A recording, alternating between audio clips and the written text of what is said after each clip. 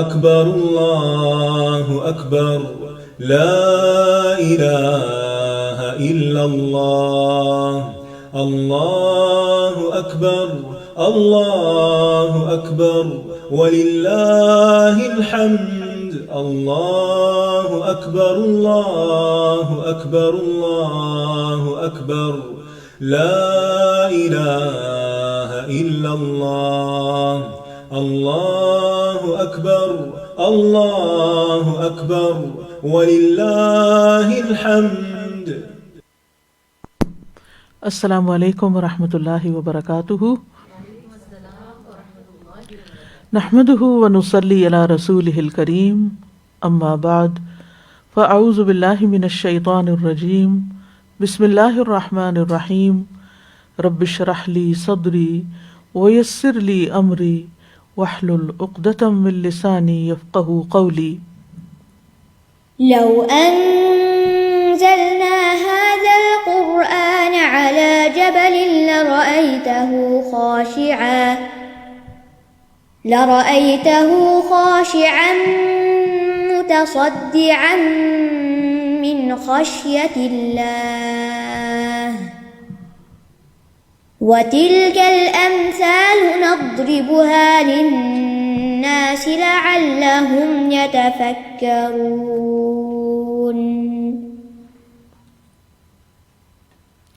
امثال القرآن کے سلسلے میں آج ہم حق اور باطل کی مثال کے بارے میں پڑھیں گے جو سورۃ الرعد کی آیت نمبر 17 میں آئی ہے. ارشاد باری تعالیٰ ہے: قل من رب السماوات والأرض قل الله قل أفاتخذتم من دونه أولياء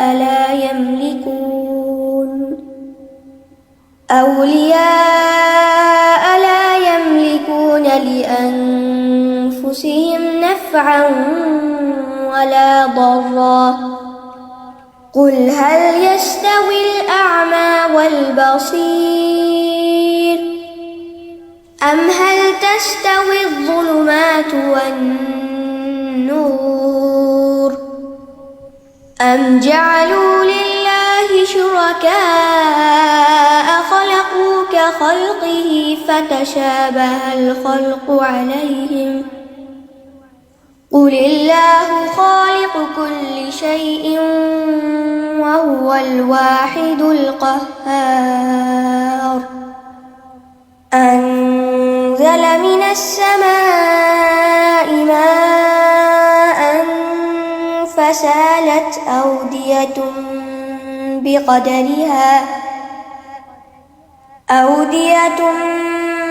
بقدرها فاحتمل السيل زبدا رابيا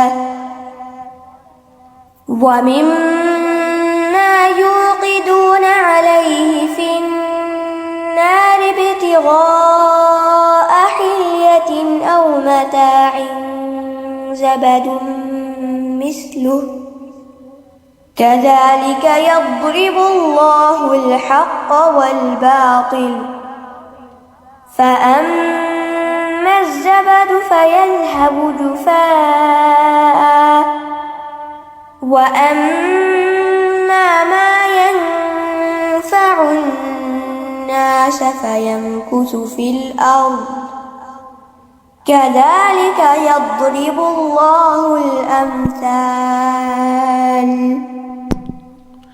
کہہ دیجئے کیا پھر بھی تم نے اس کے سوا کچھ حمایتی بنا رکھے ہیں جو اپنے نفسوں کے لیے بھی کسی نفع اور نقصان کے مالک نہیں؟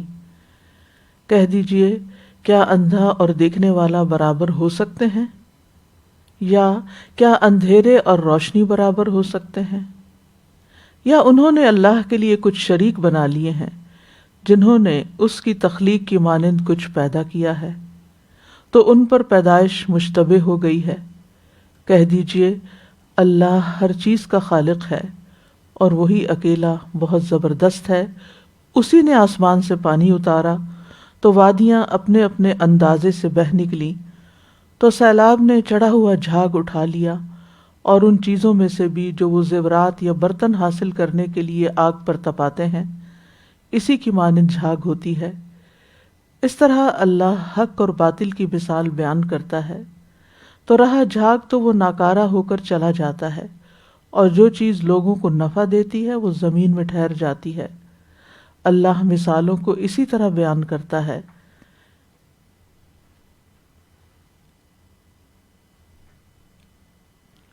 مثال کا سیاق و سباق کچھ یوں ہے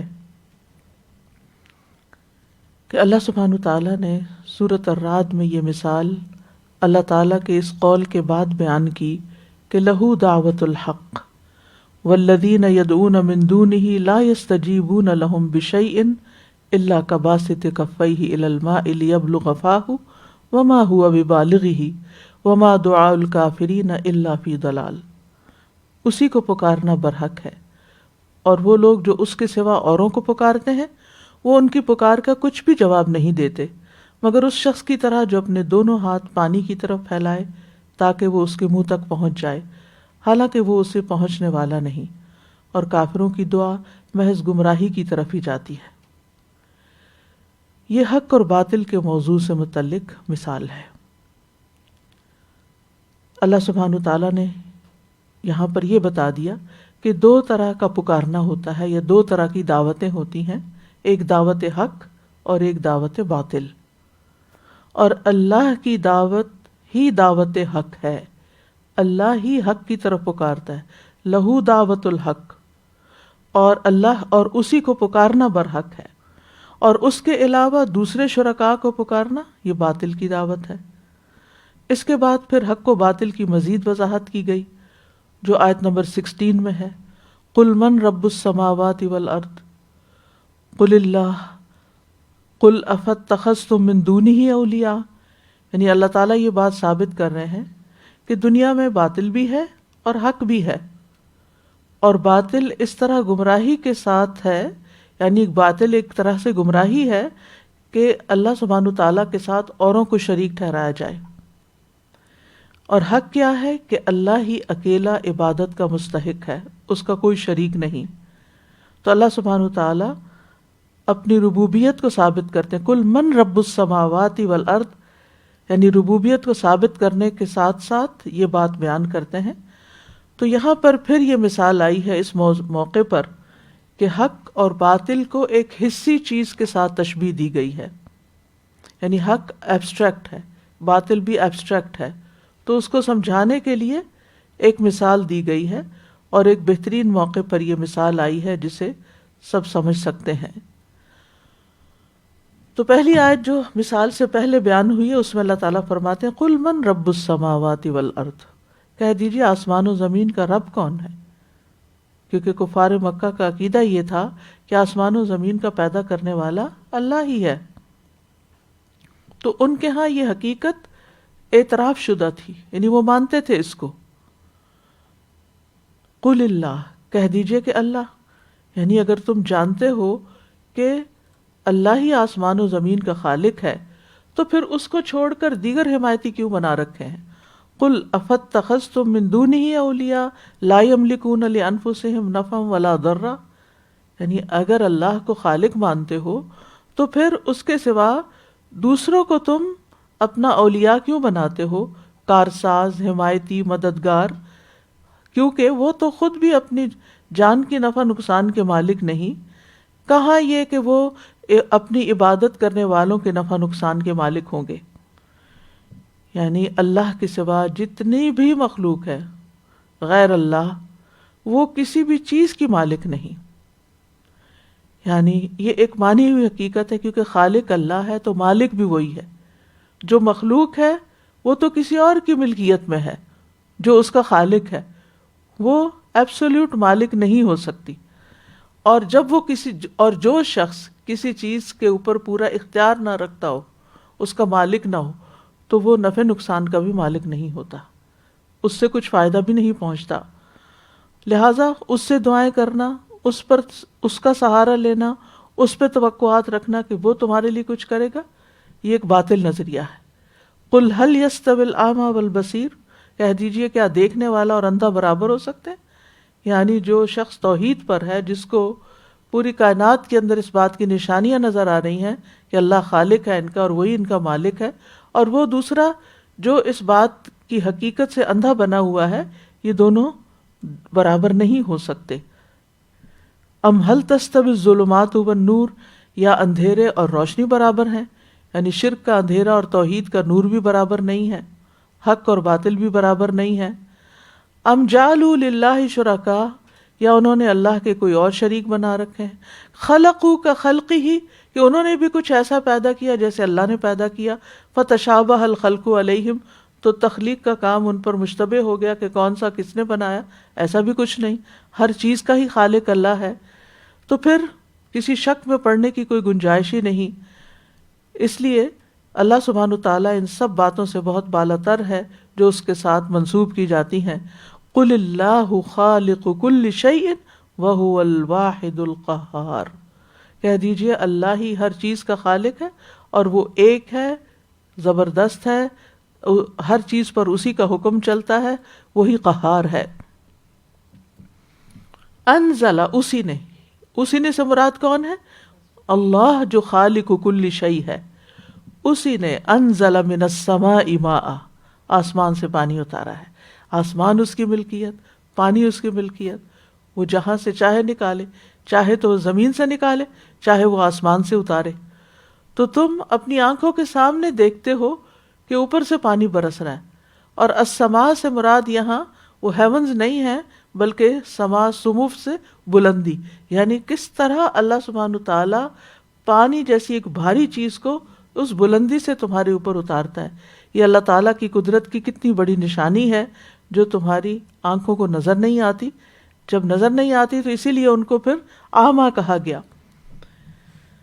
اور یہاں آسمانی پانی سے مراد بارش کا پانی ہے، اور پانی کون اتارتا ہے؟ اللہ ہی اتارتا ہے جو واحد اور قہار ہستی ہے۔ اور پھر یہ کہ فصالت اودیۃ بقدرہا، جب پانی اترتا ہے، بارش اترتی ہے تو پھر کیا ہوتا ہے؟ وادیاں بہنے لگتی ہیں۔ وادی کہتے ہیں دو پہاڑوں کے درمیان کی جگہ کو، بقدرہا اپنے اپنے اندازے کے مطابق۔ اودیہ جو ہے یہ وادی کی جمع ہے، اور وادی ودیون سے ہے، ودیون کہتے ہیں پانی بہنا، اور پانی بہنے کی جگہ کو وادی کہتے ہیں۔ دو پہاڑوں کے درمیان کی خالی جگہ کو بھی وادی کہتے ہیں۔ کبھی راستے کے معنوں میں بھی استعمال ہوتا ہے، کیونکہ پہاڑوں میں عموماً راستے پہاڑی نالوں کے ساتھ ساتھ چلتے ہیں۔ اگر آپ کو کبھی جانے کا اتفاق ہوا ہو پہاڑی علاقوں میں تو آپ نے یہ دیکھا ہوگا منظر کہ ساتھ ساتھ سڑک ہوتی ہے اور ساتھ ساتھ وہ نالے بہہ رہے ہوتے ہیں، یا قدرتی راستے ان پانی کے بہاؤ کے ساتھ ساتھ ہی ہوتے ہیں۔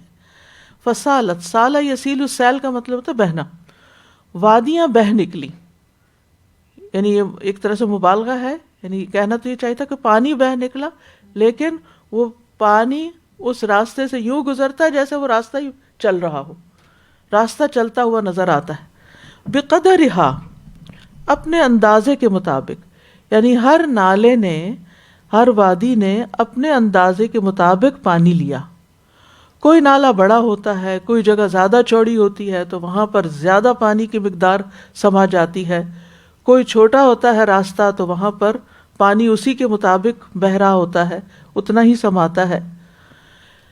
یہاں پانی سے کیا مراد ہے اور وادی سے کیا مراد ہے؟ ابن عباس کہتے ہیں انزل من السماء ماء سے مراد قرآن ہے، وحی ہے جو اللہ تعالیٰ نے اتاری۔ اور پھر فصالت اودیۃ بقدرہا سے مراد وہ کہتے ہیں کہ اس سے مراد بندوں کے دل ہیں، جن پر یہ بارش اترتی ہے، قرآن کا یہ علم اترتا ہے تو ہر کوئی اپنے ظرف کے مطابق لیتا ہے۔ جس کے دل میں وسعت زیادہ ہوتی ہے، جو زیادہ لبیک کہتا ہے، جو زیادہ خوشی سے لیتا ہے، زیادہ اس کی قدر و قیمت پہچانتا ہے، اس کو اس کی پیاس ہوتی ہے، وہ اس کو مرحبا کہتا ہے، اتنا زیادہ وہ پانی یا وہ علم اس کے اندر سماتا چلا جاتا ہے، اس کا دل اس سے اور زیادہ بڑا ہوتا چلا جاتا ہے۔ یعنی دل بھی وادیوں کی طرح چھوٹے اور بڑے ہوتے ہیں۔ جس طرح باہر آپ کو زمین میں بڑی چھوٹی جگہیں نظر آتی ہیں، ایسے ہی کچھ لوگوں کے دل بہت چھوٹے ہوتے ہیں اور بھیجے ہوئے ہوتے ہیں، ضیقاً حرجن ہوتے ہیں، تنگ ہوتے ہیں، ان میں کچھ بھی نہیں سماتا اور ان سے پانی پھسل کے چلا جاتا ہے، اور کچھ ہوتے ہیں ان کے اندر درمیانے درجے کی وسعت ہوتی اور کچھ کے اندر تو بہت وسعت ہوتی ہے۔ تو یہ دلوں اور ان کے مراتب کے فرق کی طرف اشارہ ہے وادیوں کی شکل میں، کہ کچھ دلوں میں زیادہ علم سما جاتا ہے اور کچھ اتنے چھوٹے اتنے تنگ ہوتے ہیں کہ ان میں کچھ بھی نہیں سماتا، ان کے اندر کچھ جاتا ہی نہیں، جیسے منافقین کے دل ہوتے ہیں۔ فاحتمل السیل زبد الرابیہ، پھر سیلاب نے ابھرا ہوا جھاگ اٹھا لیا، زبد جھاگ اور رابیہ ربوہ سے ابھرا ہوا، یعنی پانی جو ان نالوں میں بہہ رہا تھا، ان دلوں میں جو علم آ رہا تھا تو اس پر جھاگ آ گیا۔ یعنی زبد کہتے ہیں اس کوڑا کرکٹ کو اور جھاگ کو جو پانی کی تیز رفتاری کے باعث سطح پر آ جاتی، یا اس جھاگ کو جیسے ہنڈیا میں اگر آپ گوشت پکائیں تو آپ دیکھتے ہیں کہ اس کے اوپر جھاگ سی آ جاتی، کبھی آپ نے گڑ کی چاشنی بنائی ہو تو اس سے بھی اس کے اوپر جھاگ سی آ جاتی، یعنی جس چیز کے اندر کوئی بھی میل ہوتی ہے وہ ابل کر اوپر کو آ جاتی ہے۔ ایسے ہی جب دل پر علم کا نور برستا ہے، جب وحی کی بارش ہوتی ہے، تو دل کے اندر جو شکوک و شبہات یا وہ باتیں جو شہوات یا وہ چیزیں جو اندر کہیں ڈیپ ڈاؤن ہوتی ہیں، وہ تیز پانی کے پڑنے سے وہ نیچے سے نکل کر وہ گندگی اوپر کو آ جاتی ہے۔ یعنی آپ دیکھیے کہ جس بھی چیز کی جھاگ ہوتی ہے وہ دراصل اس کی گندگی سے ایک طرح سے بنی ہوئی ہوتی، اس کے غیر ضروری مادوں سے بنی ہوئی ہوتی ہے، اور پھر اس سے آپ کیا کرتے ہیں، مثلا کھانا پکاتے ہوئے جھاگ آتی ہے تو آپ اس کو ہٹا دیتے ہیں۔ اسی طرح باقی چیزیں جس کے آگے مثال میں آ رہی ہے، تو وہ جھاگ جو ہے اس کو صاف کر دیتے۔ اور ہوتا ہی اگر آپ کبھی سمندر کے کنارے گئے ہوں یا آپ امیجن کریں کہ جب تیز پانی کی لہریں آتی ہیں تو ان کے اوپر جھاگ بھی آ جاتی، اب کیا ہوتا ہے، پانی تو واپس چلا جاتا ہے اور جھاگ وہیں رہ جاتی ہے۔ تو اسی طرح دل میں ایمان کا جو نور ہے، یہ سیلاب ہے، وہ رہ جاتا ہے، اور وہ جو شکوک و شبہات ہے وہ نکل کر چلے جاتے ہیں۔ تو رابیہ ربا یربو، یعنی جو بڑھنا، اوپر کو آنا، اور بعض اوقات وہ بالکل اس کو ڈھانک لیتے ہیں، چھا جاتے ہیں ان کے اوپر، یعنی علم ہوتا ہے اندر، ایمان ہوتا ہے، لیکن وہ وقتی طور پر یوں لگتا ہے کہ جیسے کبھی شکوک و شبہات یا کبھی کوئی بات سمجھ میں نہ آنے کی وجہ سے وہ سب کچھ جو اوپر آ جاتا ہے۔ بعض اوقات پانی کے اوپر آپ دیکھیں جب پانی بہہ رہا ہوتا ہے تو اس کے اوپر پتے، گھاس پھوس اور باقی چیزیں جو ادھر ادھر کا کوڑ کباڑ پہلے اس زمین کے اندر تھا، وہ سارا اکٹھا ہو کے پانی کے ساتھ ساتھ اوپر آ جاتا ہے۔ یعنی اس قرآن کے علم سے پہلے ہمارے دلوں کے اندر جو کچھ بھرا ہوا ہوتا ہے، ادھر ادھر کے نظریات، خیالات، شکوک، وسواس، شبہات، شہوات وغیرہ جنہوں نے گھر کیا ہوا ہوتا ہے، وہ جب وہ بارش پڑتی ہے تو وہ اوپر اٹھنا شروع ہو جاتا ہے اور اندر سے دل صاف ہونے لگتا ہے، جیسے زمین بارش سے صاف ہونے لگتی ہے اور کوڑا کرکٹ اوپر کو آ جاتا ہے۔ تو یہ سب چیزیں جو اتنی اوپر آتی ہیں، بعض اوقات وہ اس پانی کو ڈھانپ بھی لیتی ہیں یا اس کے کچھ حصے کو ڈھانپ لیتی ہیں۔ حدیث میں اس کے لیے غثا کا لفظ آتا ہے، غثا۔ اسی طرح قرآن مجید میں ایک اور جگہ پر بھی آتا ہے فَجَعَلَهُ غُثَاءً أَحْوَىٰ۔ اور یہ غثا کا لفظ کیا ہے؟ نبی صلی اللہ علیہ وسلم نے فرمایا ایک ایسا وقت آنے والا ہے کہ دوسری امتیں تمہارے خلاف ایک دوسرے کو بلائیں گی، جیسا کہ کھانے والے اپنے پیالے پہ ایک دوسرے کو بلاتے ہیں۔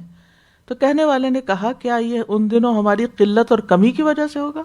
آپ نے فرمایا نہیں، بلکہ تم ان دنوں بہت زیادہ ہوگے، لیکن وَلَٰكِنَّكُمْ غُثَاءٌ كَغُثَاءِ السَّيْلِ، لیکن تم جھاگ ہوگے جس طرح کے سیلاب کا جھاگ ہوتا ہے۔ یعنی تمہاری کوئی اصل ٹھوس علم کے مقابلے میں، یقینی علم کے مقابلے میں وہ جو شکوک و شبہات ہوتے ہیں ان کی کوئی جڑ بنیاد نہیں ہوتی، بے قیمت اور بے وقت ہوتے ہیں، جو بظاہر ایسے لگتا ہے کہ جیسے چھا گئے ہوں۔ اسی طرح جھاگ سے مراد کفر بھی لیا گیا ہے، یعنی جو لوگ اسلام لائے تو پہلے ان کے دلوں میں کفر تھا، شرک تھا یا کچھ اور تھا، تو وہ جب صاف پانی پڑا تو وہ سب کچھ اوپر اٹھ کے آ گیا نکلنے کے لیے۔ تو جھاگ جو ہوتی ہے یہ کمزور ہوتی ہے، وادیوں کے کناروں سے چپک جاتی ہے، ہوائیں اس کو دھکیل دیتی ہیں یا وہ بیٹھ ہی جاتی ہے، کمزور ہوتی ہے۔ تو اسی طرح جب حق قبول کر لیتا ہے انسان تو جو شکوک و شبہات ہوتے ہیں وہ جھاگ کی طرح پہلے اوپر آتے ہیں، پھر وہاں سے وہ ختم ہو جاتے ہیں، زائل ہو جاتے ہیں. یعنی ایسا پانی جو خالص ہو وہ باقی رہتا ہے، جو حق ہوتا ہے وہ جمتا ہے، اور جو باقی چیزیں تھیں وہ ساری ختم ہو جاتی، کیونکہ وہ سب باطل ہوتا ہے، بیکار ہوتا ہے، غیر ضروری ہوتا ہے، جس نے ہمارے دلوں پہ قبضہ کیا ہوا ہوتا ہے. کیونکہ وہاں حق جو نہیں ہوتا، پانی جو نہیں ہوتا، علم جو نہیں ہوتا، جو وہ آتا ہے وہ نکلنا شروع ہو جاتے ہیں، اور وہ پھر چلی جاتی ہے، آگے جا کے مزید آئے گا. کیونکہ باطل ہوتا ہے تو باطل کو تو جانا ہی ہوتا ہے. جب صحیح چیز آتی ہے، صاف چیز آتی ہے، تو پھر ناپاک چیز کو تو جانا ہی ہوتا ہے. اور یہ مائی مثال تھی، جیسے منافقین کی دو مثالیں دی گئی تھی نا، ایک مائی اور ایک ناری. تو یہاں اہل ایمان کے دلوں کی بھی دو مثالیں ہیں، ایک مائی ہے اور اب دوسری ناری ہے. وَمِمَّا يُوقِدُونَ عَلَيْهِ فِي النَّارِ، اور اس میں سے بھی جس یعنی اس میں بھی جھاگ ہوتی ہے. اسی طرح جھاگ ان چیزوں پر بھی ابھر آتا ہے جن کو لوگ آگ میں پگھلاتے ہیں، یعنی وہ دھاتیں، معدنیات، سونا، چاندی، پیتل، لوہا، سیسا، جن کو آگ میں پگھلانے کے لیے گرم کیا جاتا ہے، تپایا جاتا ہے، تاکہ ان سے زیورات بنائے جائیں یا کام کی دوسری چیزیں بنائی جائیں جو لوگوں کے لیے فائدہ مند ہیں، جیسے برتن ہیں، زرے ہیں، دھاتوں سے بنے ہوئے دیگر آلات ہیں. ابتغاء حلیۃ او متاع، حلیہ کہتے ہیں زیور کو، زینت کو، یعنی زینت حاصل کرنے کے لیے جو زیور بنایا جاتا ہے. افمن ینشأ فی الحلیۃ، جیسے قرآن میں ایک اور جگہ پر بھی آتا ہے. تو یہاں مراد ہے سونا چاندی سے بنایا ہوا زیور، او متاع، یا پھر فائدے کا سامان. متاع کہتے ہیں وہ سامان جس سے فائدہ اٹھایا جائے، ہر چیز جس سے لوگ فائدہ اٹھاتے ہیں اس کو متاع بولا جاتا ہے. یعنی لوہا، تانبا، سیسا، پیتل جس کو بھی پگھلایا جائے، پھر ان سے برتن اور دیگر چیزیں بنائی جاتی ہیں جن سے فائدہ اٹھایا جاتا ہے. ان کے لیے بھی کیا ہوتا ہے؟ زبد مثلہ، ویسی ہی جھاگ اس پہ بھی اٹھتی ہے. یعنی جب سونے، چاندی، پیتل، سیسے کو پگھلایا جاتا ہے، اس کو خوب کھولایا جاتا ہے، تو اس کے اوپر بھی جھاگ آ جاتی ہے، جو اس کا میل کچیل ہوتا ہے نکل کے اوپر آتی ہے اور پھر اس کو نکال دیا جاتا ہے. تو حق کو باطل کو بیان کرنے کے لیے یہ دوسری مثال ہے کہ جس میں ہم دیکھتے ہیں کہ دھات اصل شکل میں باقی رہ جاتی ہے اور جھاگ دیکھتے دیکھتے ختم ہو جاتا ہے. یعنی سیلاب پر جھاگ کا سبب بھی مٹی ہے اور دھاتوں پر جھاگ کا سبب بھی مٹی ہوتی ہے، یعنی جو ان کے اندر مل جل جاتی ہے. کیونکہ یہ دھاتیں زمین سے نکالی جاتی ہیں، تو ان کو جب نکالا جاتا ہے اور را شکل میں ہوتی ہیں تو ان کے اندر مٹی ملی ہوئی ہوتی ہے. اور جب ان کو ابالا جائے، آگ پہ رکھا جائے، تو پھر یہ کھرا کھوٹا الگ ہو جاتا ہے. یعنی جب ان کو تپش دی جاتی ہے تو کھرا کھوٹا ان کا الگ ہوتا ہے. تو دھاتوں سے مراد کیا ہے؟ حق جو مزین کرتا ہے، اور جھاگ سے مراد باطل ہے. زیور وہ ہے جس سے انسان اپنے آپ کو آراستہ کرتا ہے، اور خالص سونے چاندی سے لوگ اپنے فائدے اٹھاتے ہیں، اور اس کے برعکس جو زائد چیز ہوتی ہے وہ چلی جاتی ہے. اور ایک قول یہ بھی ہے، قرطبی نے لکھا ہے کہ سونے چاندی کے زیورات انسان کے بلند اور پاکیزہ اخلاق کی مثال ہیں، جن سے یعنی جب وہ دھات اندر پگھلی تو پھر اس سے کئی چیزیں نکلی، یعنی وہ علم آیا مشقت اور محنت سے، پھر اس کے جو ثمرات ہیں وہ جسم کے اوپر نظر آنے لگتے ہیں، اخلاق سے انسان سج جاتا ہے، اور اسی میں انسانوں کا حسن و جمال ہوتا ہے، یعنی حسن اخلاق میں، اور وہ نیک اعمال جس کے ساتھ وہ اپنے آپ کو سجاتے ہیں. یعنی جس طرح سونا چاندی کے زیورات عورتوں کی زینت بنتے ہیں اور اس کی بنا پر ان کی ایک قدر و قیمت بھی ہوتی. جو خاتون جتنا مہنگا زیور پہنے ہوتی ہے، جتنا زیادہ مہنگا پہنے میں ہوتی ہے، وہ اس کا ایک طرح سے اسٹیٹس سمبل بھی بن جاتا ہے. کذالک یضرب اللہ الحق والباطل، اسی طرح اللہ تعالیٰ حق اور باطل کو بیان کرتا ہے.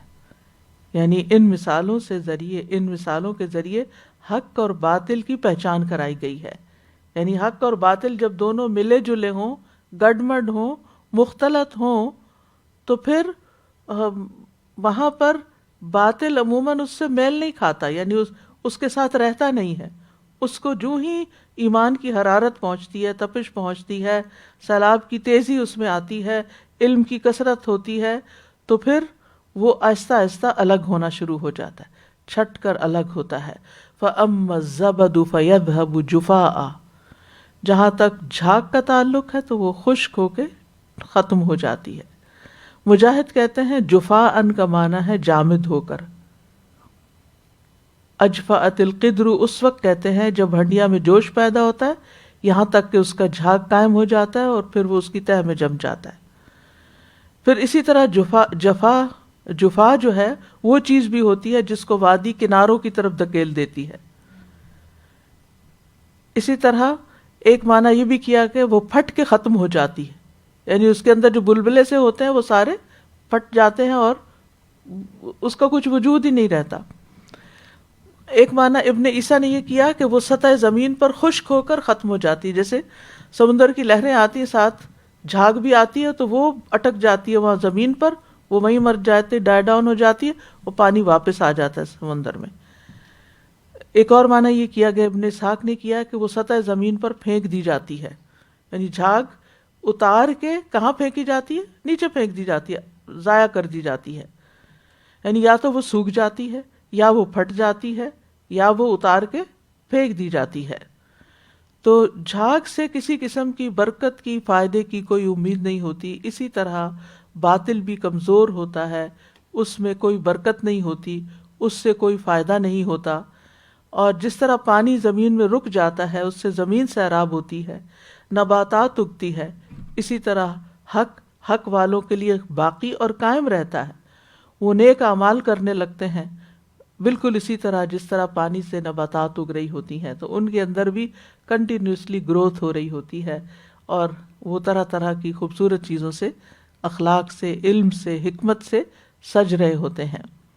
وَأَمَّا مَا يَنْفَعُ النَّاسَ فَيَمْكُثُ فِي الْأَرْضِ، تو جو چیز لوگوں کو فائدہ دیتی ہے وہ زمین میں ٹھہر جاتی ہے، یعنی حق باقی رہ جاتا ہے. جو پانی کی شکل میں یا سونے چاندی کی شکل میں ہوتا ہے اور باطل جھاگ کی طرح ماند پڑ جاتا ہے، حق جم جاتا ہے، گڑ جاتا ہے اور باطل کی خرابیاں کھل جاتی ہیں. ان الباطل کان زہوقا، باطل کو تو زائل ہی ہونا ہوتا ہے، جانا ہی ہوتا ہے.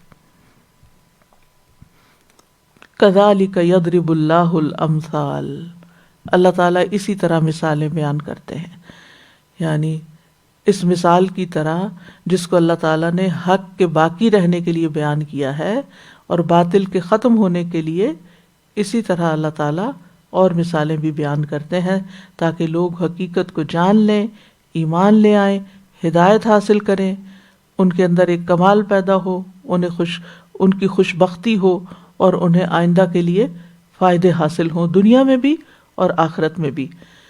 اور اب دیکھیے کہ یہ ایک بالکل حقیقت ہے کہ ان مثالوں کو جب ہم دیکھتے ہیں وہ پورا منظر ہم امیجن کرتے ہیں تو ہم دیکھتے ہیں کہ جو صاف ستھرا پانی زمین میں رہ جاتا ہے، پھر انسان پیتے ہیں، حیوان پیتے ہیں، طرح طرح کے اس سے فائدے ہوتے ہیں، فضا کے اندر ایک خوشگواری ہو جاتی ہے، بارش نہ ہو، پانی نہ ہو جس زمین پر تو وہ بہت ڈرائینس ہوتی ہے. تو اسی طرح جو چیز فائدہ مند ہوتی ہے اسی کو بقا ہے، دنیا میں بھی اور آخرت میں بھی.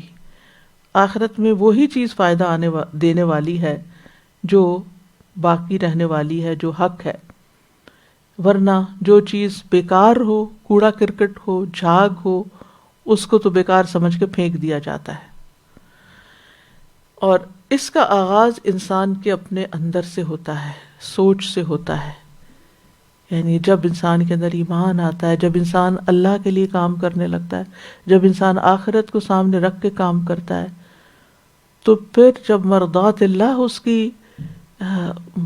کی زندگی کا ایک مقصد بن جاتا ہے کہ اللہ کی رضا حاصل کرنی ہے، تو پھر اس کے اندر ایک مثبت سوچ پیدا ہو جاتی ہے. وہ ہر قیمت پر اچھا کام کرنا چاہتا ہے، وہ فائدہ ہی پہنچانا چاہتا ہے.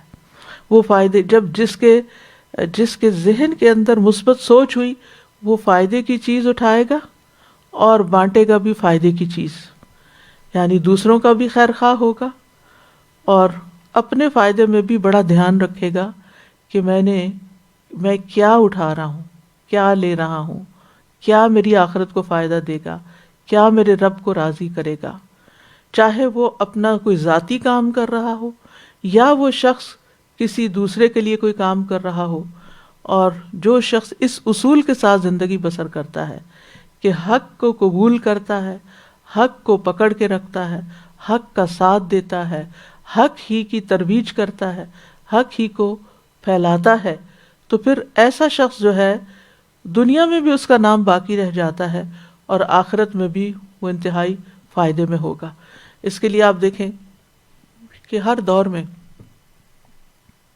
ایسے لوگ آئے ہیں، یعنی کچھ باطل کو رائج کرنے کی کوشش کرتے ہیں اور کچھ حق کو.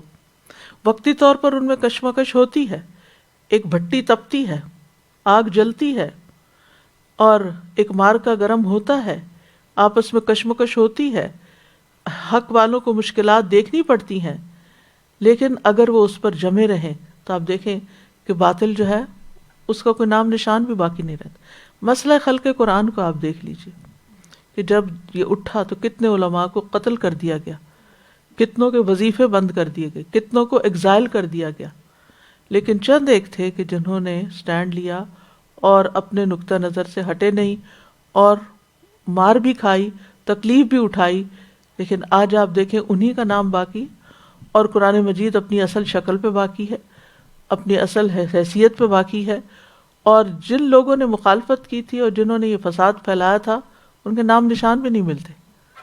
اور پھر بالآخر وقت بدلا، یعنی شروع میں مشکل آئی لیکن آہستہ آہستہ بادل چھٹ گئے اور حق اپنی جگہ پر جم گیا. تو ایک مومن جو ہوتا ہے، یعنی یہ جو دل، یہ جو وادی کی بات کی گئی ہے، یہ مومن کا دل ہوتا ہے. تو مومن کا دل جو ہوتا ہے وہ ہمیشہ فائدہ پہنچانے کی بات سوچتا ہے، فائدہ دینے کی بات سوچتا ہے کہ میں کس کو کہاں کیسے فائدہ پہنچاؤں. یعنی اسلام کی سب سے بڑی خوبی یہ ہے، یا اسلام کو سمجھنے کا مطلب یہ ہے کہ آپ دوسروں کے فائدے کے بن جائیں، اپنے کو بھی فائدہ دیں. کیونکہ جو کفر ہوتا ہے وہ اپنے لیے بھی ہلاکت خیز ہوتا ہے، نفاق خود کو بھی نقصان دیتا ہے. وما یخدعون الا انفسہم. اور اسی طرح شرک جو ہے وہ خود کرنے والے کے لیے نقصان دہ ہوتا ہے. لیکن جب انسان توحید پر ہوتا ہے، صحیح دین پر ہوتا ہے، اللہ کی خاطر کام کرتا ہے، تو پھر ہر وقت وہ یہ سوچتا ہے کہ میں کون سی نیکی کروں کہ مجھے فائدہ پہنچے، کس کے ساتھ کروں کہ اس کو فائدہ پہنچے. یعنی وہ ایسی مثبت سوچ کا مالک ہو جاتا ہے کہ جو ہر وقت یہی منصوبے بناتا رہتا. اچھا اس لمحے کون سا اچھا کام کر لوں، اب کون سا اچھا کام، اب کون سا نیکی کا کام ہے، اب میں کہاں کنٹریبیوٹ کر سکتا ہوں، کہاں اپنے آپ کو آفر کر سکتا ہوں، کس کو کیا دے سکتا ہوں، کس کے کیسے کام آ سکتا ہوں، کس کو کس مشکل سے نکال سکتا ہوں. تو یہ حق کی پہچان ہوتی. اس پر ہم سب کو اپنے آپ کو بھی اور اپنے دلوں کو بھی پرکھنا چاہیے کہ ہماری کیا قرآن کا علم حاصل کرنے کے بعد ہماری سوچ بدلی ہے یا نہیں، ہم فائدے کے بنے ہیں یا نہیں، ہم خیر پہنچانے والے بنے ہیں یا نہیں. کیونکہ مومن کا مزاج کیا ہوتا ہے کہ وہ دنیا میں دینے والا بن کے رہتا ہے، لینے سے زیادہ اس کو دینے سے دلچسپی ہوتی ہے. اگر اس کے پاس مال ہوتا ہے تو مال سے وہ صرف خود فائدہ نہیں اٹھاتا، اوروں کو بھی فائدہ پہنچاتا ہے. اگر اس کے پاس مال نہیں ہوتا، جسمانی قوت ہوتی ہے تو وہ محنت کرتا ہے، اپنی ضرورت بھی پوری کرتا ہے اور دوسروں کی ضروریات بھی پوری کرتا ہے. اسی طرح اگر اس کے پاس نہ مال ہے نہ ہمت ہے، صرف بول سکتا ہے، تو وہ بول کر حق بات بولتا ہے اور مظلوم کا ساتھ دیتا ہے اور ظالم کا ساتھ نہیں دیتا. یعنی کسی بھی حال میں جو وہ ہوتا ہے تو وہ دوسروں کو فائدہ ہی پہنچاتا رہتا ہے، دوسروں کے لیے مسئلہ نہیں بنتا، مفید بن کے رہتا ہے اور آخری درجے میں خیر خواہی کرتا ہے. جیسا کہ حدیث میں آتا ہے ہر مسلمان پر صدقہ ہے. پوچھا گیا کہ اس کے پاس کچھ نہ ہو تو کیا کرے؟ فرمایا اپنے ہاتھ سے کام کرے، پھر اپنے آپ کو فائدہ پہنچائے اور صدقہ بھی دے. پوچھا اگر وہ اس کی بھی استطاعت نہ رکھتا ہو یا اس کو کوئی کام ہی نہیں ملتا، فرمایا حاجت مند بے کس کی مدد کرے. پوچھا اگر اس کی بھی استطاعت نہ رکھتا ہو، فرمایا کہ بھلائی کی تلقین کرے، پوچھا اگر اس کی بھی ہمت نہ ہو، فرمایا لوگوں کو اپنے شر سے بچائے، کیونکہ یہ بھی ایک صدقہ ہے. یعنی ہر حال میں خیر خواہی، ہر حال میں فائدہ پہنچانا. تو بات یہ ہے کہ جب تک انسان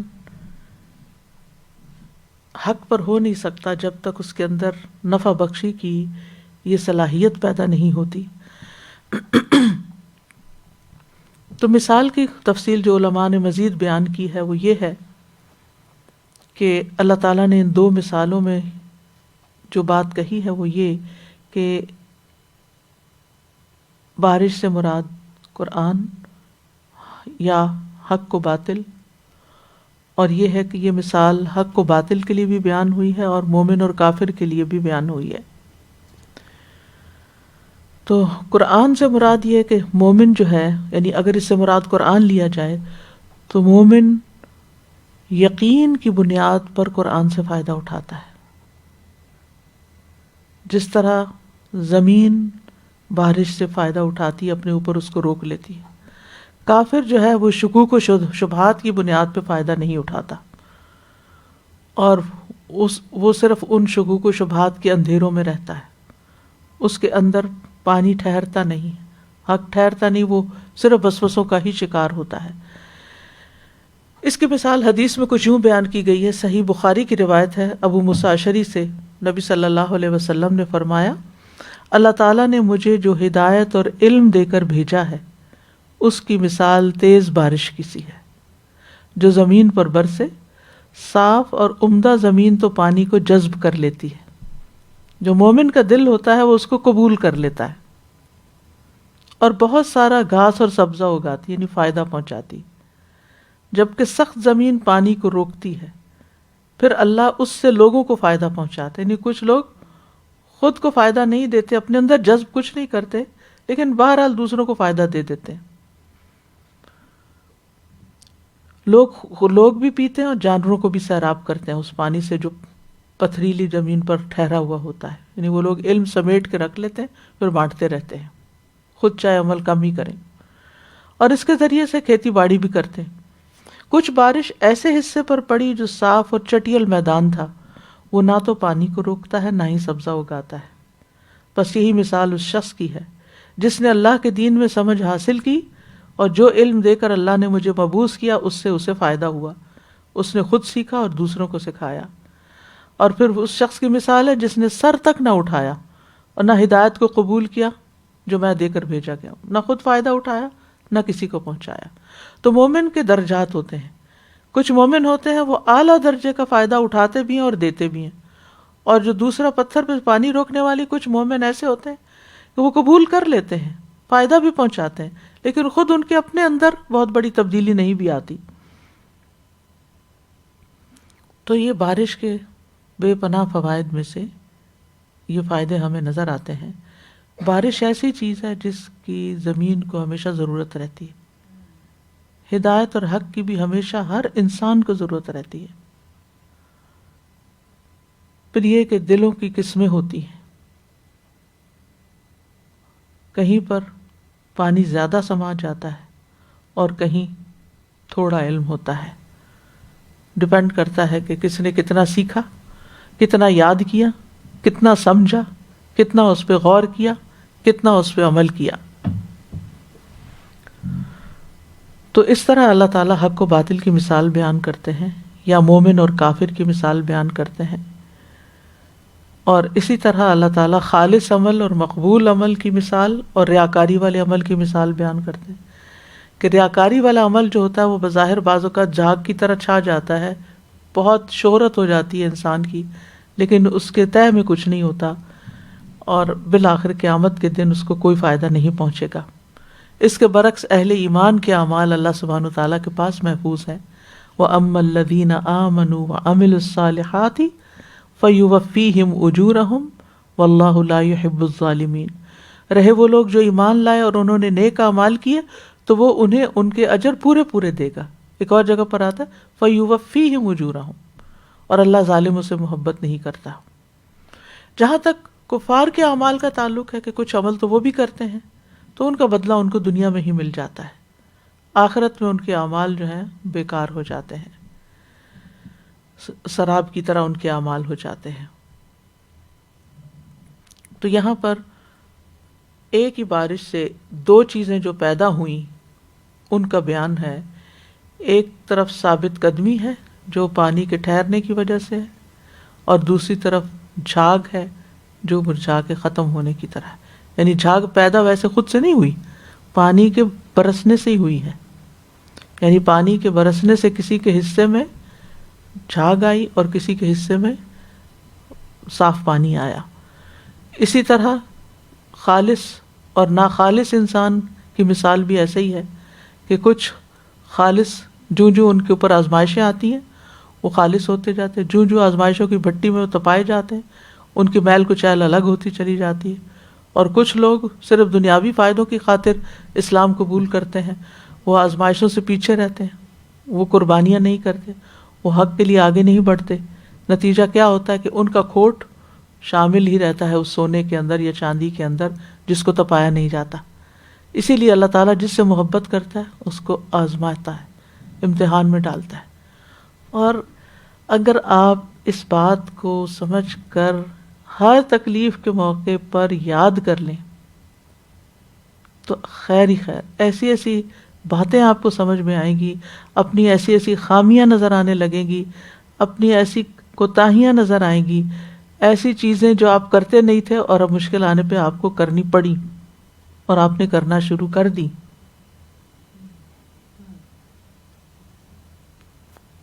یعنی حیرت ہوتی ہے بعض اوقات۔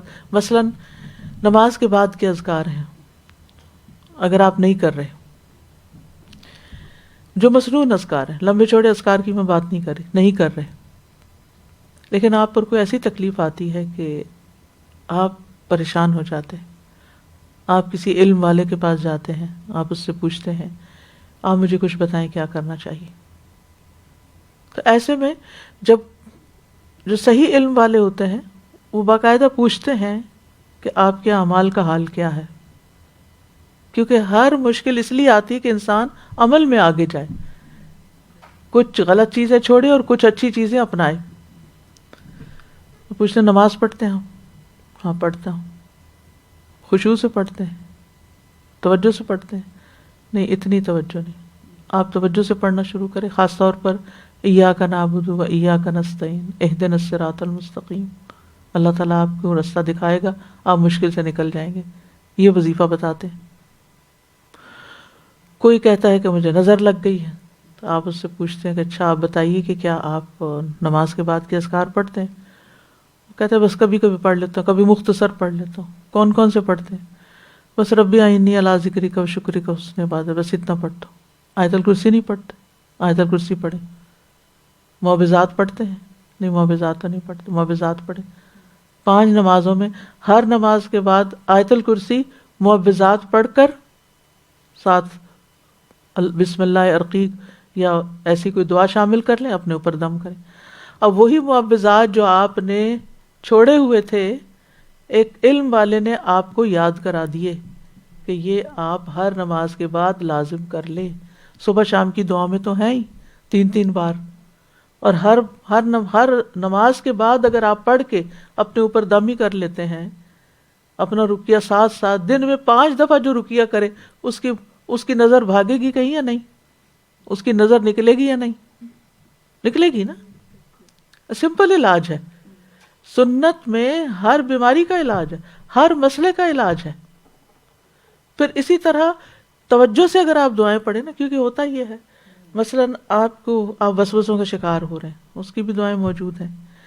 آپ کو بات سمجھ نہیں آ رہی، آپ فیصلہ نہیں کر پا رہے، آپ نور والی دعا پڑھنا شروع کر دیں، اللہم اجعل فی قلبی نورا، اور توجہ کریں دل پر کہ اللہ میرا دل روشن کر دے، مجھے حقائق دکھا، وفی بصری نورا وفی سمعی نورا وعن یمینی نورا وعن یساری نورا وفوقی نورا وتحتی نورا وامامی نورا وخلفی نورا وجعل لی نورا وعازم لی نورا اللہم آتنی نورا۔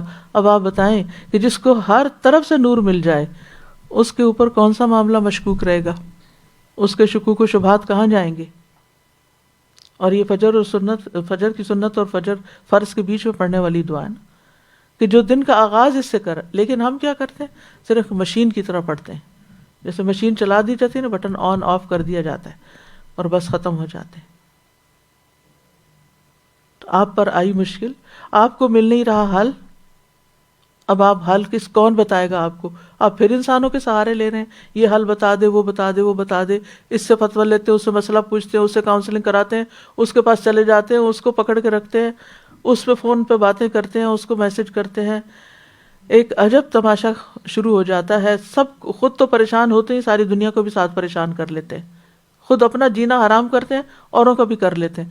لیکن جہاں حل ہے اس حل کی طرف ہم نہیں جاتے کہ ہم اپنی اصلاح کریں، ہم اپنی عبادتیں درست کریں، ہم اپنے اذکار کی پابندی کریں، ہم اپنے رب کو پکاریں، ہم سجدوں میں پکاریں، ہم رو کے پکاریں، ہم تڑپ کے پکاریں. یہ کام ہم کرتے نہیں. پھر جادوگروں اور نجومیوں اور پتہ نہیں کس کس کے پیچھے چلے جاتے ہیں کہ وہ شاید جادو کی کوئی چھڑی گھمائے گا اور ہمارے مسئلے حل ہو جائیں گے. ٹھیک ہے، آزمائش آتی ہے، کلاؤڈز جب آتے ہیں تو ہر طرف اندھیرا چھا جاتا ہے، لیکن یاد رکھیے کہ کوئی بھی بادل ہمیشہ نہیں رہے، ان کو جانا ہی ہوتا ہے. وہ برستے ہیں اور چلے جاتے ہیں. مشکلیں آتی ہیں، آپ کو رلاتی ہیں اور چلی جاتی ہیں. آپ کا دل پگھلتا ہے، آپ کا دل نرم ہوتا ہے، آنسوں کی جھڑیاں لگ جاتی ہیں. کچھ پتھر دل ایسے ہوتے ہیں جو ویسے نہیں پگھلنے کے ہوتے، اللہ نے ان کے اوپر سخت آزمائش ڈالی ہوتی ہے. اگر ان کے اندر کچھ بھی ایمان ہو تو وہ پھر پگھل کے ٹوٹ کے ان کے اندر سے پھر خیر نکلنا شروع ہو جاتی. اللہ بندوں پر قطعاً ظلم نہیں کرتا. وہ کسی کو بھی کسی مشکل میں، کسی آزمائش میں ڈالتا ہے تو اس کے پیچھے کوئی وجہ ہوتی ہے. وہ بندے کی خیر ہی چاہتا ہے، بندے کی اصلاح ہی چاہتا ہے. جب تک سونے چاندی کو آگ میں نہ ڈالا جائے وہ خالص نہیں ہوتے. ہمارا ایمان بھی خالص نہیں ہوتا جب تک یا ایمان کے ساتھ کوئی نہ کوئی امتحان نہ ہو. کبھی انسان کے اپنے اندر سے، نفس کی طرف سے امتحان ہوتا ہے، کبھی اولاد کی طرف سے ہوتا ہے، کبھی والدین کی طرف سے ہوتا ہے، کبھی شوہر کی طرف سے ہوتا ہے، کبھی بہن بھائیوں کی طرف سے ہوتا ہے. کبھی آپ دیکھتے ہیں نا زندگی میں کہ ساری چیزیں ٹھیک چل رہی ہوتی ہیں، کھانے پینے کو بھی ہے، چھت بھی ہے، بچے بھی ہیں، شوہر، ساری دنیا کی نعمتیں ہیں، پر چین سکون کوئی نہیں ہے. کہیں کمی ہے نا، کہیں کچھ کمی کر رہے ہیں، تبھی تو خلا ہے. تو اس کو ڈھونڈیں، اس کو تلاش کریں. نہیں سمجھ آ رہا، نور کی دعا پڑھیں، ہر نماز کے بعد پڑھنی شروع کر دیں. دیکھیں اللہ تعالیٰ آپ کو کیسے سامنے لا کے دکھائے گا کہ آپ کہاں کھڑے ہیں اور آپ کو کیا کرنے کی ضرورت ہے. تو اس لیے اللہ سبحانہ وتعالیٰ حق اور باطل کی مثال اور اس کو حق کو کیسے حق مضبوط ہوتا ہے اور کس طرح جو میل کچیل ہوتی ہے وہ کتنی کمزور چیز ہوتی ہے جو نکل جاتی ہے اور انسان خالص ہونے لگتا ہے. تو اس مثال سے جو فوائد ہمیں حاصل ہوتے ہیں وہ یہ کہ حق غالب آ کے رہتا ہے. حق ہے اس لیے کہ وہ غالب آ کر رہے. جیسے سورۃ الانبیاء میں آتا ہے بل نقذف بالحق علی الباطل فیدمغہ فاذا هو زاہق، بلکہ ہم حق کو باطل پر پھینک مارتے ہیں تو اس کا دماغ کچل دیتا ہے، پس اچانک وہ مٹنے والا ہوتا ہے، یعنی ختم ہونے والا ہوتا ہے. زاہق. سورۃ الاسراء میں آتا ہے وقل جاء الحق وزہق الباطل ان الباطل کان زہوقا. کہہ دیجئے حق آ گیا، باطل مٹ گیا. باطل مٹنے ہی والا تھا. اللہ تعالیٰ باطل کو خود جھوٹا کر دیتا ہے. لیحق الحق ویبطل الباطل ولو کرہ المجرمون، تاکہ وہ حق کو حق کر دے، سچا کر دے، باطل کو جھوٹا کر دے، خواہ مجرم ناپسند ہی کیوں نہ کریں. باطل نہ پہلی بار کچھ کر سکتا ہے نہ دوبارہ کچھ کر سکتا ہے. وقتی طور پر وہ جاگ اتنی ہو جاتی ہے، لگتا ہے پتہ نہیں کیا ہو گیا ہے، لیکن اب بالآخر وہ چلا جاتا ہے. قل ان ربی یقذف بالحق علام الغیوب قل جاء الحق وما یبدئ الباطل وما یعید. کہہ دیجئے بے شک میرا رب دل میں حق ڈالتا ہے، سب غیبوں کو خوب جاننے والا ہے. کہہ دیجئے حق آ گیا اور باطل نہ پہلی دفعہ کچھ کر سکتا ہے اور نہ دوبارہ. انبیاء اور ان کی اقوام کے درمیان حق کو باطل کے مار کے رہے، لیکن تاریخ بتاتی ہے کہ ہمیشہ اللہ سبحانہ وتعالیٰ نے انبیاء کو دنیا میں بھی سرخرو کیا، اور اگر کبھی ان کا قتل ہو گیا یا ان کے ساتھ دنیاوی ترقی اس طرح نہیں لگی، ان کا نام باقی رہا اور آخرت میں ان کے بلند درجات ان کو نصیب ہوئے، اور ان کو تکلیف دینے والے جو ہیں وہ مر مٹ گئے، ختم ہو گئے دنیا میں بھی، اور آخرت میں بھی ان کا کوئی ٹھکانہ نہیں ہوگا۔ تو بعض اوقات مار کا طول پکڑ جاتا ہے، لیکن حق بات اپنا اثر رکھتی ہے، اور کبھی باطل اتنا زیادہ ہو جاتا ہے، اندھیرا اتنا ہوتا ہے کہ لوگ مایوسی کی طرف آ جاتے ہیں اور اپنے آپ کو شکست خوردہ محسوس کرتے ہیں۔ تو ایسے موقع پر انسان کو ان آیات کے ساتھ اپنے آپ کو تسلی دینی چاہیے، ان کا بار بار تکرار کرنا چاہیے اور یاد رکھنا چاہیے۔ اللہ تعالیٰ فرماتے ہیں سورۃ صافات میں وَلَقَدْ سَبَقَتْ كَلِمَتُنَا لِعِبَادِنَا الْمُرْسَلِينَ إِنَّهُمْ لَهُمُ الْمَنْصُورُونَ وَإِنَّ جُنْدَنَا لَهُمُ الْغَالِبُونَ، اور بلا شبہ ان سے پہلے اگلے لوگوں میں سے زیادہ تر گمراہ ہوئے، اور بلا شبہ یقیناً ہم نے ان میں کئی ڈرانے والے بھیجے، سو دیکھیے ان ڈرائے جانے والوں کا انجام کیسا ہوا، کہ انہم لہم المنصورون، کہ مدد کس کی گئی؟ مرسلین کی، اور جندنا لہم الغالبون، ہمارا لشکر جو ہے وہی غالب آیا۔ وَكَانَ حَقًّا عَلَيْنَا نَصْرُ الْمُؤْمِنِينَ۔ تو یاد رکھیے کہ حق اور باطل کے درمیان جو کشمکش ہوتی ہے نا، ایک اندر ہوتی ہے انسان کے اور ایک باہر ہوتی ہے۔ کبھی انسان کے اندر بھی نفس کھینچ رہا ہوتا ہے، شیطان کھینچ رہا ہوتا ہے، اور دوسری طرف جو فرشتہ مقرر ہے ہمارے اوپر وہ ہمیں خیر کی طرف بلا رہا ہوتا ہے، کیونکہ جہنم جو ہے وہ خواہشات سے لپیٹ دی گئی ہے۔ تو شیطان کیا چاہتا ہے کہ یہ خواہشات پہ چل کے، میرے پیچھے چل کے ادھر ہی میرے ساتھ رہیں۔ اور بعض اوقات انسان کے نفس کو کچھ ایسی چیزوں سے محبت ہو جاتی ہے جو اس کے لیے ایک ایڈکشن کی شکل اختیار کر لیتی ہے، جن سے پھر نکلنا انسان کے لیے مشکل ہو جاتا ہے۔ تو اللہ سبحانہ تعالیٰ بعض اوقات پھر ایسی مشکل ڈالتا ہے کہ اس محبت کو نکالتا ہے اور اس کی جگہ پر خیر کی محبت، اپنی محبت ڈالتا ہے۔ تو حق طاقتور ہی ہے، اگرچہ باطل وقتی طور پر کیوں نہ غالب آتا نظر آ رہا۔ اہل ایمان کے لیے اللہ نے غلبے کی بہت سی بشارتیں دی ہیں۔ اللہ تعالیٰ اپنے ہر کام پر غالب ہے، واللہ غالب علی امرہ ولکن اکثر الناس لا یعلمون۔ اللہ حق کو ثابت کرتا ہے اور ایمان والوں کی مدد کرتا ہے۔ ابراہیم علیہ السلام کی مثال ہمارے سامنے ہے کہ کس طرح پوری قوم کے سامنے ڈٹ گئے، اور پھر اللہ نے کیسے مدد کی، قلنا یا نار کونی بردن وسلاما علی ابراہیم۔ نبی صلی اللہ علیہ وسلم کی مثال ہے کہ سارے قبیلے اکٹھے ہو گئے تھے آپ کے قتل پر، لیکن اللہ تعالیٰ نے کس طرح آپ کو وہاں سے نکالا اور غار ثور میں پناہ لیا آپ نے۔ اور پھر اللہ تعالیٰ نے کیا فرمایا کہ نبی صلی اللہ علیہ وسلم کے اوپر کتنا سخت وہ وقت تھا کہ بالکل دشمن سر پہ پہنچا ہوا تھا، اور اگر ذرا بھی اس کو پتا ہوتا یہ اندر ہے تو پھر تو بس تھوڑی دیری کی بات تھی۔ لیکن آپ صلی اللہ علیہ وسلم کو اس وقت بھی کیسی تسلی دی کہ لا تحزن ان اللہ معنا۔ اور پھر یہ ہے کہ اللہ سبحانہ وتعالیٰ کی کتاب کے آگے بھی باطل نہیں ٹھہرتا، لہٰذا دل کے اندر اگر کبھی کوئی اللہ کے بارے میں، دین کے بارے میں، خیر کے کام کے بارے میں کوئی وسوسے پیدا ہونے شروع ہوں تو اللہ کی کتاب کی طرف رجوع کریں۔ آہستہ آہستہ آہستہ آہستہ وہ بادل چھٹ جائیں گے اور آپ کو صحیح بات سمجھ آنے لگے گی، نظر آنے لگے گی۔ اور جب آپ کے اندر ایمان مضبوط ہوگا جیسے عمر رضی اللہ عنہ کا تھا، تو پھر اس کے آگے کوئی بھی باطل نہیں ٹھہر سکتا۔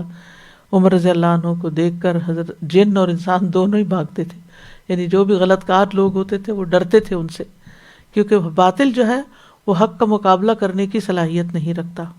حق پرست انسان جو ہوتا ہے وہ بہادر ہوتا ہے، لوگوں کی باتوں سے نہیں ڈرتا۔ اور یہ بھی یاد رکھیے کہ حق ایک ہی ہوتا ہے اور باطل بہت سے ہوتے ہیں۔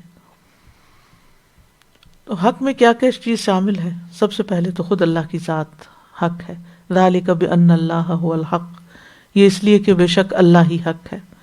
پھر اسی طرح سورۃ الانعام میں آتا ثم ردوا الی اللہ مولاہم الحق، پھر وہ اللہ کی طرف لوٹائے جائیں گے جو ان کا سچا مالک ہے۔ اور اس کے علاوہ جتنے بھی معبود ہیں وہ باطل ہیں، وَأَنَّ مَا يَدُونَ مِن دُونِهِ هُوَ الْبَاطِلُ، غیر اللہ کے سہارے سب باطل ہیں۔ پھر یہ کہ اللہ کی کتاب حق ہے، ذَلِكَ بِأَنَّ اللَّهَ نَزَّلَ الْكِتَابَ بِالْحَقِّ تِلْكَ آیَاتُ اللَّهِ نَتْلُوهَا عَلَيْكَ بِالْحَقِّ، تو قرآن حق ہے۔ پھر اللہ سبحانہ وتعالیٰ نے جو بھی کام کیے، جو تقدیر بنائی، وہ سب بھی حق، اللہ کی بات بھی حق ہے۔ وَتَمَّتْ كَلِمَةُ رَبِّكَ صِدْقًا وَعَدْلًا، پھر اسی طرح اللہ کے وعدے بھی سچے ہیں، یا ایھا الناس ان وعد اللہ حق. پھر انبیاء کو حق دے کر بھیجا گیا ہے، رسول اللہ صلی اللہ علیہ وسلم حق لے کر آئے ہیں، آپ کی ہر بات حق تھی. عبداللہ ابن عمرو بن العاص کہتے ہیں میں نے کہا اللہ کے رسول میں آپ سے باتیں جو سنتا ہوں انہیں کیا لکھ لیا کروں؟ آپ نے فرمایا ہاں. میں نے پوچھا رضامندی اور ناراضگی کی حالت میں سبھی؟ آپ نے فرمایا ہاں، کیونکہ میری زبان سے حق کے سوا کچھ نہیں نکلتا. تو آپ کی باتیں بھی حق ہیں. لیکن حق کو اور باطل کو قبول کرنے کے اعتبار سے لوگوں کی کچھ اقسام ہیں. اللہ کے جو بندے ہوتے ہیں جو اللہ کے اوپر ایمان رکھتے ہیں وہ حق قبول کر لیتے ہیں، حق بات کو سنتے ہیں. والذی جاء بالصدق وصدق به اولئک هم المتقون. لیکن دوسری طرف جو باطل پرست ہوتے ہیں وہ ان کو حق پسند نہیں آتا، چونکہ خواہشات ان کے دل کے اوپر چھائی ہوئی ہوتی ہیں اور وہ نکالنا نہیں چاہتے، ان سے نکلنا نہیں چاہتے، لہٰذا وہ باطل کے اوپر حق کے اوپر باطل کو ترجیح دیتے ہیں اور حق اور باطل کی آمیزش کر دیتے ہیں تاکہ اپنے آپ کو تسلی دیں کہ ہم حق پر ہیں. یعنی اندر وہ باطل بھی ہوتا ہے اور اس کے ساتھ تھوڑا سا حق ملا کے اس کا ملغوبہ بناتے ہیں، جس کے بارے میں فرمایا گیا وَلَا تَلْبِسُوا الْحَقَّ بِالْبَاطِلِ وَتَكْتُمُوا الْحَقَّ وَأَنْتُمْ تَعْلَمُونَ. پھر اسی طرح یہ ہے کہ کرنے کے کام یہ ہیں کہ انسان کو ہمیشہ حق اور سچائی کی تلاش میں رہنا چاہیے، حق کو پہچاننا چاہیے، اسے قبول کر لینا چاہیے. حق کو قبول کرنے میں سب سے بڑی رکاوٹ جہالت ہے، لہذا علم حاصل کرنا چاہیے. ابن تیمیہ کہتے ہیں جب لوگ نبوت کے نور سے منقطع ہو جاتے ہیں، نبوت کے نور سے کٹ جاتے ہیں، تو وہ فتنوں کے اندھیروں میں پڑ جاتے ہیں اور بدعات اور جھگڑے پیدا ہوتے ہیں اور لوگوں کے درمیان شر واقع ہو جاتا ہے. پھر یہ ہے کہ حق کو قبول کرنے میں خواہشات رکاوٹ بنتی ہیں، لہذا نفس کی اتباع سے بچنا چاہیے، یعنی نفس کی پیروی نہیں کرنی چاہیے. نبی صلی اللہ علیہ وسلم نے فرمایا کہ میں تمہارے بارے میں 2 چیزوں سے ڈرتا ہوں، لمبی آرزو اور خواہشات کی اتباع. جہاں تک لمبی آرزو کا تعلق ہے تو وہ آخرت کو بھلا دیتی ہے اور خواہش نفس جو ہے وہ حق سے روکتی ہے. حق کیوں نہیں قبول کرنے تھے؟ کیونکہ خواہش ہے اندر، وہ اس کو واپس کرتی ہے. اسی طرح تکبر بھی حق قبول کرنے کے راستے میں رکاوٹ ہے. وَجَحَدُوا بِهَا وَاسْتَيْقَنَتْهَا أَنفُسُهُمْ ظُلْمًا وَعُلُوًّا. انہوں نے ظلم اور تکبر کی وجہ سے انکار کیا، حالانکہ دل اچھی طرح یقین کر چکے تھے. اور کرنے کا کام یہ ہے کہ ہمیں ایک دوسرے کو بھی حق کی تلقین کرنی چاہیے. اسی طرح اور کرنے کا کام یہ ہے کہ اپنے آپ کو فائدہ مند بنائیں. جب فائدہ مند بنیں گے تو خود کو بھی فائدہ دیں گے اور دوسروں کو بھی فائدہ پہنچائیں گے. آئیڈل لائف نہیں گزاریں، آئیڈیل گزاریں، یعنی نکمے نہیں رہیں بلکہ یعنی جھاگ بن کے نہیں رہیں بلکہ فائدہ مند چیز بن کے رہیں. اپنے مشکلات سے گھبرائیں نہیں، ان میں اللہ سبحانہ تعالیٰ کو پکاریں اور یاد رکھیں کہ مشکلات انسان کو چمکانے کے لیے آتی ہیں، نکھارنے کے لیے آتی ہیں، بہتر بنانے کے لیے آتی ہیں. اور ساتھ یہ کہ اللہ سبحانہ تعالیٰ سے دعائیں کرتے رہیں کہ اللہ تعالیٰ ہمیں حق دکھائے، حق ہمارے دل میں جم جائے اور ہم حق پر ہی چلتے رہیں.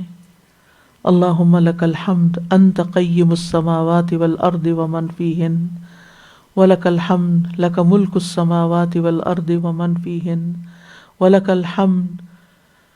وَلَكَ الْحَمْدُ أَنْتَ نُورُ السَّمَاوَاتِ وَالْأَرْضِ وَلَكَ الْحَمْدُ أَنْتَ الْحَقُّ وَوَعْدُكَ الْحَقُّ وَلِقَاؤُكَ حَقٌّ وَقَوْلُكَ حَقٌّ وَالْجَنَّةُ حَقٌّ وَالنَّارُ حَقٌّ وَالنَّبِيُّونَ حَقٌّ وَمُحَمَّدٌ صلی اللہ علیہ وسلم حق والساعة حق. اللہ سبحانہ وتعالیٰ اس سارے حق کو ہمیں پوری طرح سمجھنے کی توفیق عطا فرمائے اور اس کو حق ماننے کی توفیق عطا فرمائے اور ہمیں حق کے رستے پہ چلنے کی توفیق عطا فرمائے. اللہم رب جبرائیل و میکائیل و اسرافیل فاطر السماوات والارض عالم الغیب والشہادہ انت تحکم بین عبادک فیما کانوا فیہ یختلفون اہدنی لما اختلف فیہ من الحق باذنک انک تہدی من تشاء الی صراط مستقیم. اے اللہ، جبریل، میکائیل اور اسرافیل کے رب، آسمانوں اور زمین کو پیدا فرمانے والے، پوشیدہ اور ظاہر کو جاننے والے، تیرے بندے جن باتوں میں اختلاف کرتے ہیں تو ہی ان کے درمیان فیصلہ فرمائے گا، اور جن باتوں میں اختلاف کیا گیا ہے تو ہی اپنے حکم سے مجھے ان میں سے جو حق ہے اس پر چلا۔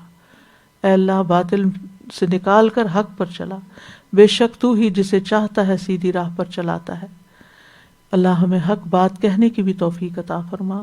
وَأَسْأَلُكَ كَلِمَةَ الْحَقِّ فِي الرِّضَا وَالْغَضَبِ وَأَسْأَلُكَ كَلِمَةَ الْحَقِّ فِي الرِّضَا وَالْغَضَبِ وَأَسْأَلُكَ كَلِمَةَ الْحَقِّ فِي الرِّضَا وَالْغَضَبِ۔ اور اللہ سبحانہ وتعالی ہم سب کو اپنی رحمت سے ڈھانپ لے، اور اس وقت جو دنیا میں مصیبت آئی ہوئی ہے پینڈیمک کی شکل میں، یا رب تو سب کو اس تکلیف سے نکال، اور ہم سب بندوں کے حال پہ رحم فرما، سب کی بیماریوں کو دور کر دے، سب کی تکلیفوں کو دور کر دے، سب کی پریشانیوں کو دور کر دے، اور ہم اس مشکل سے نکلیں تو پہلے سے بہتر انسان ہوں، چمک چکے ہوں، حق کو قبول کر چکے ہوں، حق ہمارے دلوں میں راسخ ہو چکا ہو۔ یا رب العالمین، ہم اپنی غلطیوں کا اعتراف کرتے ہیں، تو ہمیں معاف کر دے، تو ہمیں اس مصیبت سے محفوظ رکھنا، اور جو لوگ کسی بھی تکلیف کا شکار ہیں، کسی بیماری کا شکار ہیں، یا اللہ ان سب پر اپنی رحمت نازل فرما دے۔ یا حی یا قیوم برحمتک نستغیث، ربنا تقبل منا انک انت السمیع العلیم وتب علینا انک انت التواب الرحیم، وصلی اللہ تعالی علی خیر خلقہ محمد وعلی آلہ واصحابہ واہل بیتہ اجمعین برحمتک یا ارحم الراحمین۔ من رب السماوات والأرض قل الله قل أفاتخذتم من دونه أولياء لا يملكون لأنفسهم نفعا ولا ضرا قل هل يستوي الأعمى والبصير أم هل تستوي الظلمات والنور أم جعلوا لله شركاء خلقوا كخلقه فتشابه الخلق عليهم قل الله خالق كل شيء وهو الواحد القهار أنزل من السماء ماء فسالت أودية بقدرها فاحتمل السيل زبدا رابيا ومما يوقدون عليه في النار ابتغاء حلية أو متاع زبد مثله كذلك يضرب الله الحق والباطل فأما الزبد فيذهب جفاء وأما ما ينفع الناس فيمكث في الأرض كذلك يضرب الله الأمثال۔ جی آپ کچھ کہیں گے؟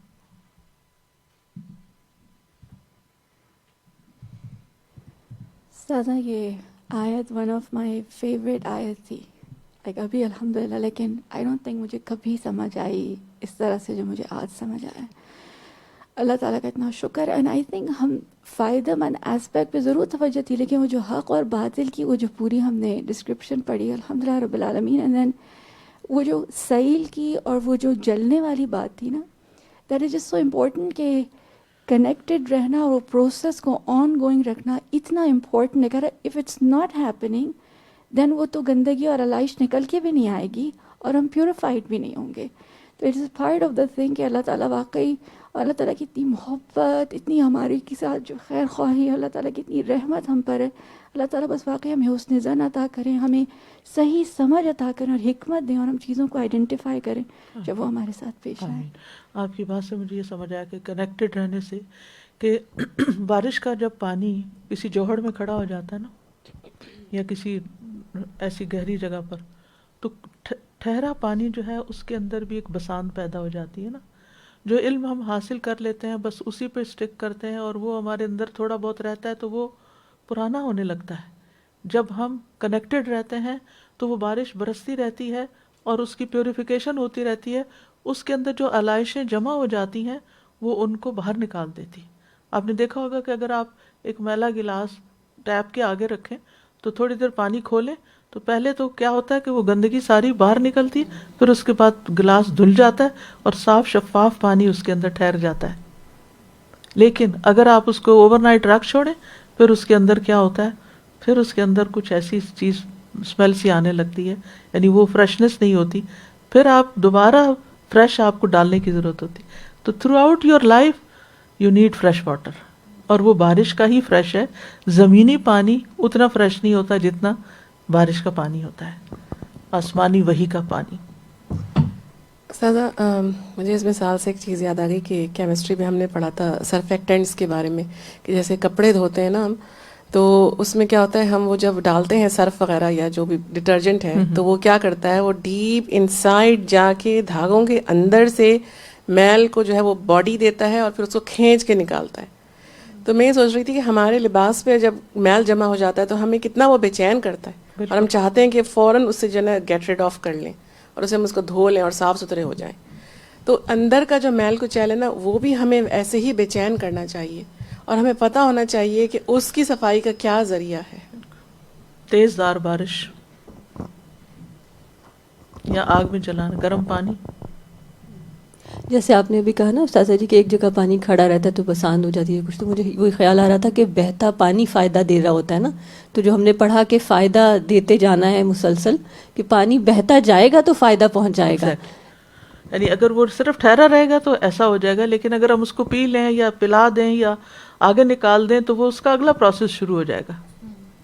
زازا یہ جو حق اور باطل کی بات ہے, واقعی ایسی بات ہوتی ہے کہ جب آپ قرآن پڑھنے لگ جاتے ہیں تو پھر باطل آپ کے پاس سے چھٹنے لگ جاتا ہے. وہ دوست اور وہ آپ کی اپنی مصروفیات اور وہ سب کچھ, آپ کے پاس ٹائم ہی نہیں ہوتا کہ آپ ان کو دیں.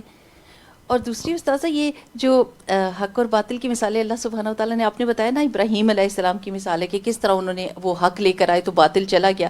ایسی کبھی ہوتا ہے کہ سارے کہنے لگ جاتے ہیں اتنے گے لوگ ہو گئے ہیں, بہت گندگی ہے, تو پھر ہم کو یاد کرنا چاہیے کہ اللہ سبحانہ و تعالیٰ نے لوط علیہ السلام کو حق دے کے بھیجا تھا. جیتا کون؟ حضرت لوط ہی جیتے. اور اس طرح جیسے کوئی کہ آج کل بچے بہت خراب ہیں, کسی کی بات نہیں سنتے, تو ہم دیکھیں کہ یعقوب علیہ السلام کے پاس حق تھا, تو جیتا کون؟ یعقوب علیہ السلام, ان کے بچے تو مان کے نا ان کی بات. الحمدللہ.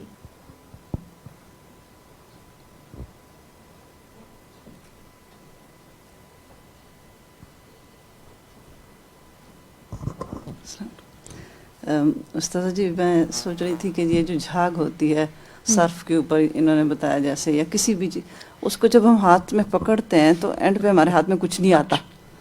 اسی طرح ہم اگر باطل سے چمٹے رہیں تو اینڈ پہ کچھ نہیں آنے والا. مطلب ایسے سہارے ہیں جو مکڑی کے جالے ہیں, اینڈ پہ کچھ بھی نہیں آنے والا. السلام علیکم استاد. ابھی یہ جو ساری مثالیں جھاگ کی ہیں, تو دودھ کی جھاگ کی مثال کیسی ہے؟ دودھ ملک کی, اس میں بھی آتا ہے کولیسٹرول ہوتا ہے نا, ملائی اوپر آ جاتی ہے, جو اگر وہ زیادہ استعمال فیٹ اس کا اوپر آ جاتا ہے. Okay thank you.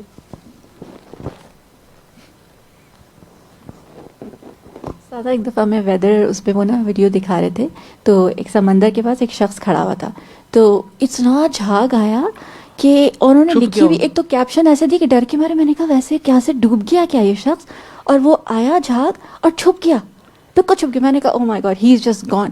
اور سبحان اللہ تھوڑی دیر میں پانی پیچھے ہٹا اور جھاگ بالکل کلیئر ہو گیا, ہی واز فائن. اور زیادہ کچھ نظر نہیں آ رہا تھا, جھاگ واقعی ایسا اوور ویلمنگ ہو کہ ہمیں یعنی ہم مایوس ہونے لگتے ہیں, but it's not that one day نظر نہیں آتا, ہر طرف چھا جاتا ہے. جی سبحان اللہ.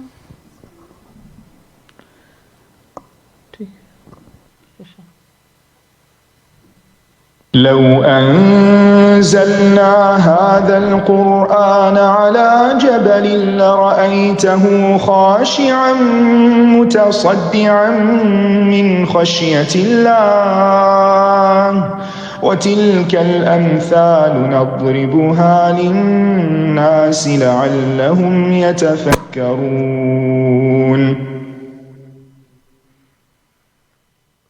اللهم صل على محمد وعلى آل محمد كما صليت على إبراهيم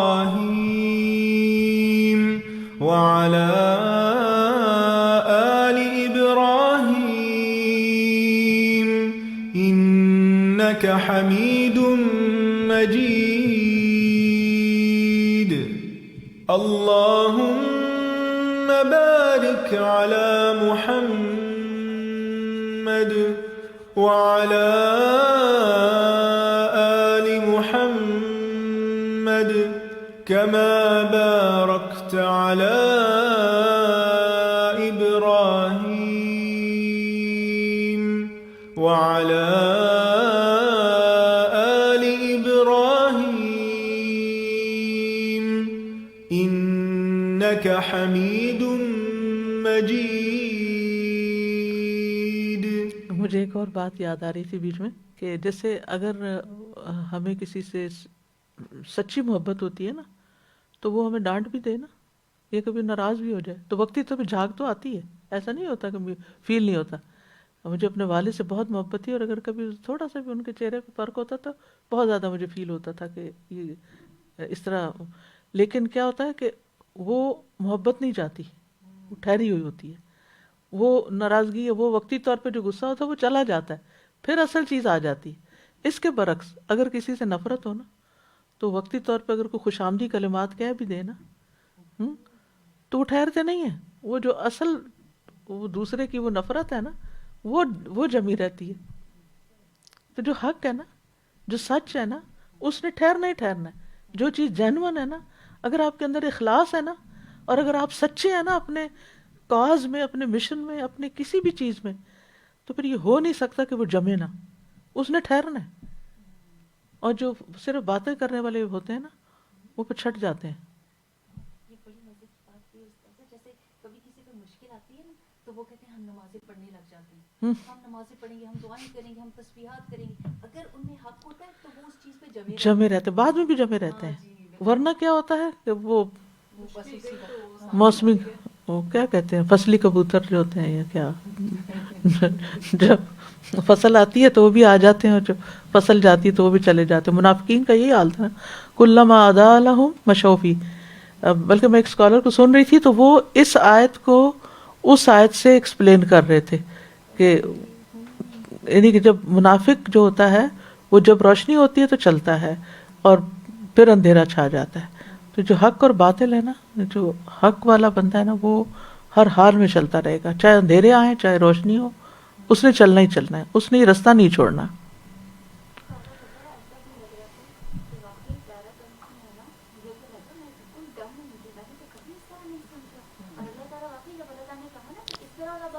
الا العالمون